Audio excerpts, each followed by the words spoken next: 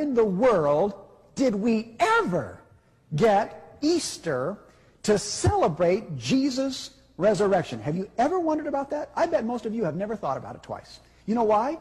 Because everybody's always done it. Your mommy and daddy did it. Their parents did it. Grandma and grandpa did it. Great-grandparents did it. You do it because everybody else has done it all your life. You just kind of go along because everybody else has done it, right? All right. But where did it come from? Did the thought ever cross your mind? First of all, let me make a statement here that's going to blow your mind. Do you know that Easter Sunday cannot possibly be the day of the resurrection?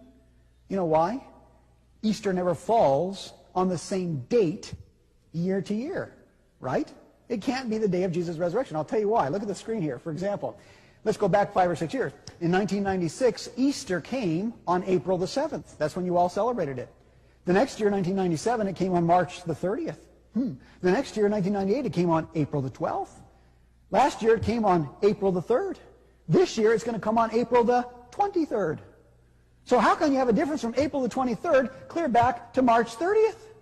That's a difference of 23 days. How does that happen? I'll tell you how it happens. Easter is not regulated by a date. Easter is regulated by the solar system. You know why? Easter always comes the first Sunday after the first full moon, after the equinox, when days and nights are equal length. You never knew that, did you? Isn't that amazing? And so all the people that are celebrating the resurrection of Jesus on Easter Sunday morning, it's just not true. It didn't happen then. Okay? But anyway, the question is, how did we ever get Easter on the first Sunday after the first full moon after the equinox? Did you ever wonder about that? I'll tell you where it comes from. Would you like to guess? It comes from Babylon. You're right. Everything goes back to Babylon. I don't care what it is. In Babylon, they had a goddess of fertility. Her name was, interestingly, Ishtar. I-S-H-T-A-R. That's where we get our word Easter from, was this pagan goddess of fertility. If you doubt this, by the way, go home tonight in your encyclopedia and look up Easter in your encyclopedia. It'll tell you the whole story that I'm going to tell you right now. It's in every history book. And what they did, this goddess of fertility called Ishtar, they worshipped her in the springtime. You know why? Because everything was coming to life. And she was the one that caused all life and everything to grow anyway. So they thought she got very active in the springtime. So they honored her always on the first Sunday after the first full moon, after the equinox. That was Ishtar's day, because she was the goddess of fertility, the goddess of reproduction.